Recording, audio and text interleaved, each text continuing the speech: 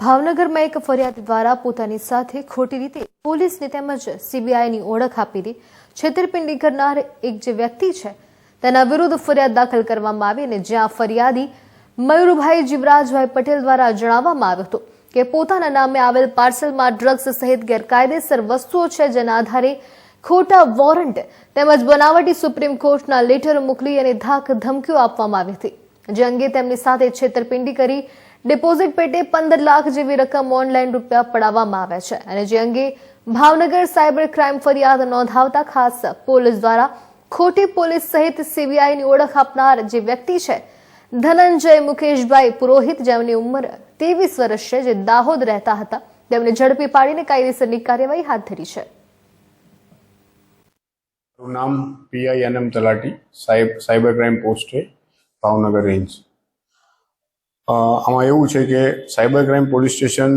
ભાવનગરમાં 8/2024 થી તારીખ 7/11/24 ના રોજ એક ગુનો રજીસ્ટર થયેલો હતો।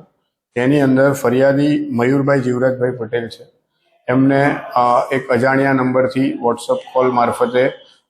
તેમના પાસે તેમણે મોકલેલા પાર્સલમાં MD ડ્રગ્સ હોવાનું હકીકત જણાવી અને CBI, Supreme Court of India, EDના ફેક લેટરો મોકલવામાં આવેલા હતા અને એ લેટરો મોકલી અને એમની પાસે 15 લાખ રૂપિયા પડાવેલા હતા। સદર ગુનાની તપાસ અમે કરતા હતા તે દરમિયાન ટેકનિકલ એનાલિસિસ દ્વારા અમને જાણવા મળેલું હતું કે ભાઈ જે મોબાઈલ ફોનનો એમાં યુઝ થયો છે અને જે નંબરથી એમને કોલ આવેલા હતા એ નંબર આરોપી છે ધનંજય મુકેશ પુરોહિત, ઉંમર વર્ષ 23નો છે અને સંજેલી મેન બજાર દાહોદ વાળો છે અને એનો કાર્ડ યુઝ થયું હતું। એટલે અમે એને ગઈકાલે 16:20 વાગે એને સદર ગુનાના કામે અટક કરેલો છે અને એણે આ કાર્ડ